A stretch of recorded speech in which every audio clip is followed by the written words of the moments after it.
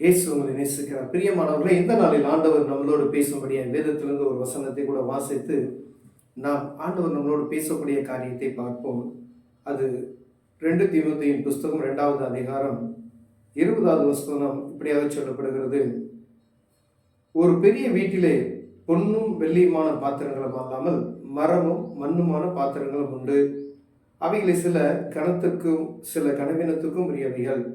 ஆகையால் ஒருவன் இவைகளை விட்டு தன்னை சுத்திகரித்து கொண்டால் அவன் பரிசுத்தமாக்கப்பட்டதும் எஜமானுக்கு உபயோகமானதும் எந்த நற்கிரியைக்கும் ஆயத்தமாக்கப்பட்டதுமான கனத்துக்குரிய பாத்திரமாய் இருப்பான். அன்றியும் பாலியத்துக்குரிய இச்சைகளுக்கு நீ விலகியோடி சுத்த இருதயத்தோடே கர்த்தரை தொழுது கொள்கிறவுடனே நீ நீதியையும் விசுவாசத்தையும் அன்பையும் சமாதானத்தையும் அடையும்படி நாடு. பிரியமானவர்களே, ஒரு வீட்டிலே விலையேறப்பட்ட பொருட்களும் ஒன்று, விலை குறைக்கப்பட்ட பொருட்களும் உண்டு. அது சில கணத்துக்கு உரியவைகளும் உண்டு, அது கனப்படுத்தாத சில பொருட்களும் உண்டு. நாம் அறிந்திருக்கிறோம். நார்மலாக நம்ம வீட்டில் இருக்கக்கூடிய ஒரு கோல்டுனா அது ஒரு இடத்துல வச்சுருப்போம், சாதாரண ஒரு காரியத்தை அப்படி வச்சுருப்போம். ஆனால் ஆண்டவருடைய காரியத்தில், இந்த ஆண்டவருடைய வீட்டில் ஆண்டவருக்காண்டு இது வேதத்தில் சொல்லப்பட்ட காரியம்லாம் அவருடைய வீட்டின் காரியத்தை குறித்து தான் ஆண்டவர் சொல்லப்படுகிறது. ஒவ்வொரு வேலைக்காரரும் ஒவ்வொரு விதமாக அழைக்கப்படுகிறார்கள்.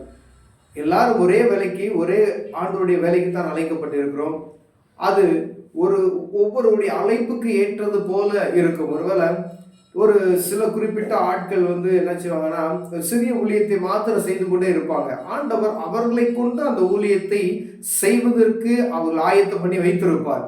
ஒருவேளை பெரிய பெரிய மீட்டிங் நடத்துறதுக்கு, பெரிய பெரிய காரியங்களை செய்வதற்கு, பெரிய கன்வென்ஷன் கூட்டம் நடக்கிறதுக்கு 1000 பேர், 10,000 பேர், 20,000 பேர், 30,000 பேர் இப்படிலாம் வச்சு நடத்துவதற்கு ஆண்டவர் ஆட்களை நியமித்திருப்பார்.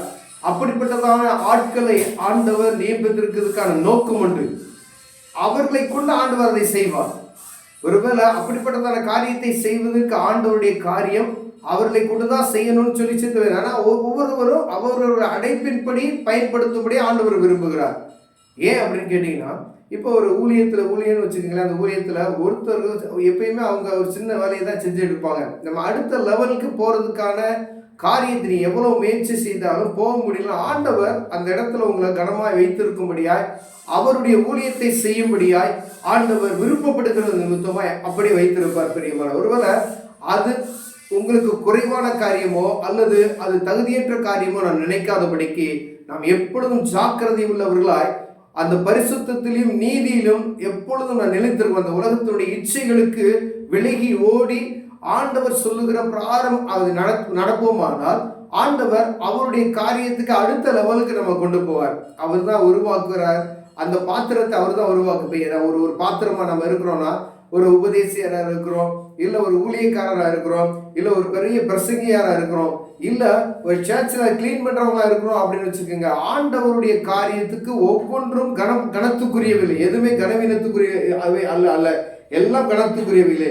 சில கனத்துக்குரிய, சில கனவீனத்துக்குரியவில்லை. ஆகையால் ஒருவனும் இவைகளை விட்டு தன்னை சுத்திகரித்து கொண்டால் அவன் பரிசுத்தமாக்கப்பட்டதும் எஜமானனுக்கு உபயோகமானதும் எந்த நற்கிரியைக்கும் ஆயத்தமாக்கப்பட்டதுமான கனத்துக்குரிய பாத்திரமாய் இருப்பான். எல்லாத்துக்கும் சின்ன சின்ன காரியமா இருந்தாலும் அது கனத்துக்குரியது. ஆண்டவர் சொல்ல எல்லாத்திலும் நம்ம கரெக்டா இருக்கும் பொழுது ஆண்டவர் சின்ன காரியமோ பெரிய காரியமோ அவர்களை கொண்டு ஆண்டவர் என்ன செய்வாரு? அவர் கனத்துக்குரியவர்களை மாற்றுவார் என்று வேதம் சொல்கிறது. பிரியமானவர்களே, ஒருவேளை நம்ம நினைச்சிருக்கலாம், ஏன் இப்படியே இருக்கோம் நம்ம அப்படின்னு சொல்லி. சில வேளை அது ஒரு மாதிரி ஒரு கருவினோ ஒரு மாதிரி வருத்தங்கள் வந்துடும். அப்படிப்பட்டதான சூழ்நிலையில ஆண்டவர் சமூகத்துல போய் நமக்குள் காணப்படுகிற குறைகளை ஆண்டவர் சமூகத்துல கேட்டு அதை நிவர்த்தி செய்யும்படியா ஆண்டவர் விரும்புகிறார். ஒருவேளை அப்படிப்பட்டதான எண்ணங்கள் நமக்குள் இருக்க வேணாம். நம்ம அந்த எண்ணங்களை விட்டு ஆண்டவர் அழைத்த அழைப்பை எப்படி நம்ம அழைக்கப்பட்டோமோ அப்படி நாம பயன்படுத்துவதற்கு ஆண்டவர்கிட்ட நம்ம கேட்கணும். நம்ம என்னை எப்படி அழைச்சிங்க ஆண்டவரே, அதுல நான் சரியா உறுதியா இருப்பதற்கு என் தேவனை கிருபை பாராட்டுங்கன்னு சொல்லி நாம் கேட்கும் பொழுது ஆண்டவர் பெரிய காரியங்களை செய்ய வல்லமையுள்ளவராக இருக்கிறார். கர்த்தர் நம்மளை ஆசீர்வதிப்பார். கண்களை முடிச்சு, அன்பின் தகப்பனே, ஆண்டவரே, நாங்கள் அழைத்த அழைப்பை சரியாய் செய்வதற்கு தேவன் கிருபை பாராட்டுங்க நான் ஜெபிக்கிறேன். ஆண்டவரே, ஒருவேளை அதுல மாற்றம் இல்லாதபடி என் தேவன் என்னை பாதுகாத்துக் கொள்ளுங்க. ஆண்டவரே அப்பா, பெருமை உள்ள வராதபடிக்கு, தாழ்வு மனப்பான்மை வராதபடிக்கு, மற்றவர்களை பார்த்து பொறாமை கொள்ளுகிற எண்ணம் வராதபடி என்னை காத்துக்கொள்ளுங்க. இயேசுவின் நாமத்தில் பிதாவே, ஆமென்.